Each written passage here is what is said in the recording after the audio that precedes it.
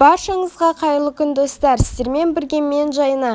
Менің каналыма қош келдіңіздер. Бүгін достар, біз осындай өте дәмді әрі ыстық болып шығатын лағман дайындайтын боламыз. Барлық құрамдары описанияда болады. Бұл видеоны міндетті түрде соңына дейін көріңіздер.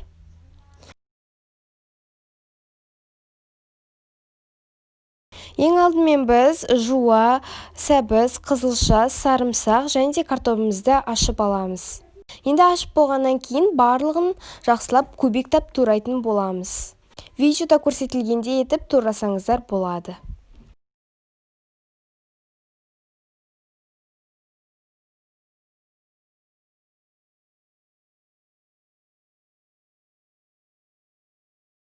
Енді сәбізімізді кубиктап тураймыз.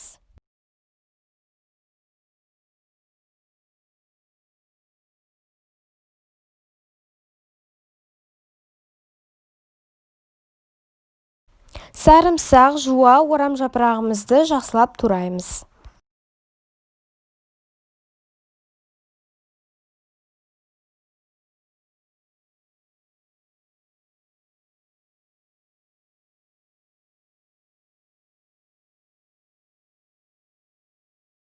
Дайын етімізді тураймыз. Менде арнайы дайындалған пісірілген ет. Мен тек қана соларды майға қуырып аламын.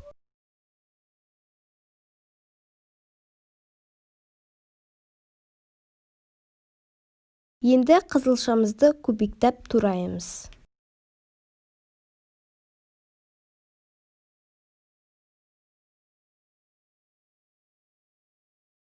Қызып тұрған табамызға күнбағыс майын құйып майлаймыз.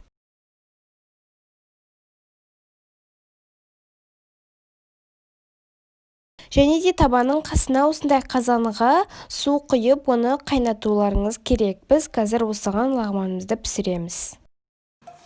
Енді біз осы табамызға етімізді саламыз. Ол кәдімгідей қуырылуы қажет. Енді біздің жаңағы тураған құрамдарымызды аз-аздан осы табамызға сала отырып араластырамыз.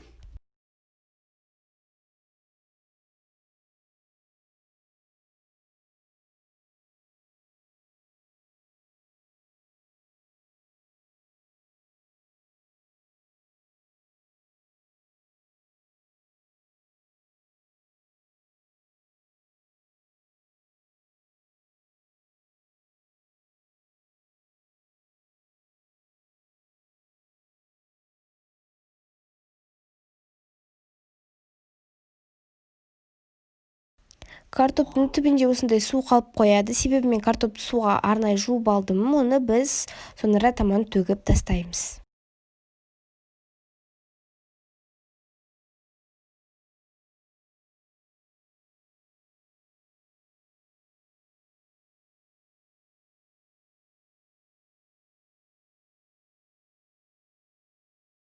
Барлық құрамды салып болғаннан кейін біз үстіне ыстық қайнап тұрған суды құямыз. Видеода көрсетілгендей етіп біздің жаңағы тураған құрамдарымыз, ингредиенттеріміз батып тұру керек осы суға. Және де барлығын жақсылап араластырып, дәміне қарай тұз, бұрыш саламыз.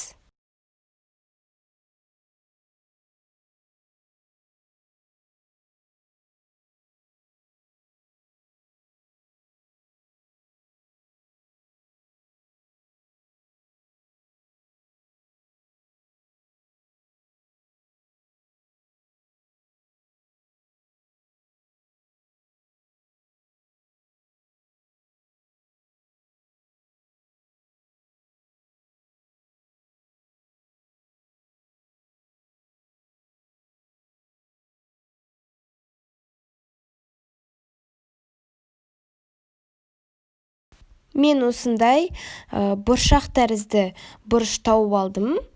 Бұршақ қара бұрышты мен осы біздің қайнап жатырған құрамға салатын боламыз. Подливімізге саламыз.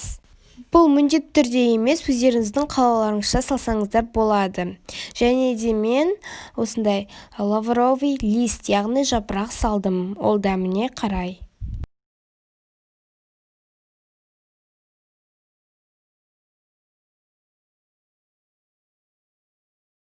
Қақпағын жауып, шамамен 40 минуттай пісіретін боламыз.